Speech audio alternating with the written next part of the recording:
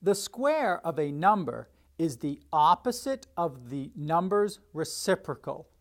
Find the number. The first step in our five-step process is to familiarize ourselves with the example, and so we'll start by saying, let's let x equal the number we're trying to find.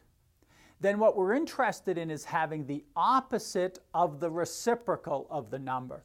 The opposite of the reciprocal of the number would be negative 1 over x, or the opposite of 1 over x. We're told in the example that the square of the number is equal to, or the equivalent of, the opposite of the reciprocal of the number. So step 2 in the process is to translate that into a mathematical statement. The square of the number is x squared. Becomes equals. The opposite reciprocal, we've already said, looks like that. And so now we have a rational equation. We would multiply both sides by x, and on the left-hand side, the result is x cubed.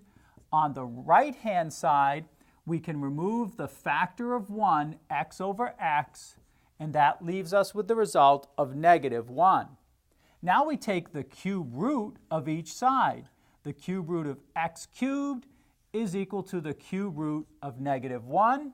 The cube root of x cubed is x, and the cube root of negative 1 is negative 1.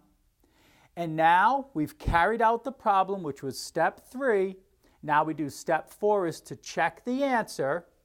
Does the square of negative 1 equal the opposite of the reciprocal of negative 1? Well, negative 1 squared is 1. Negative 1 over negative 1, or the opposite of 1 over negative 1, is also 1. So it does, in fact, check.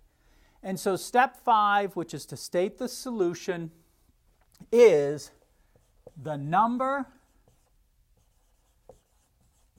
is negative 1.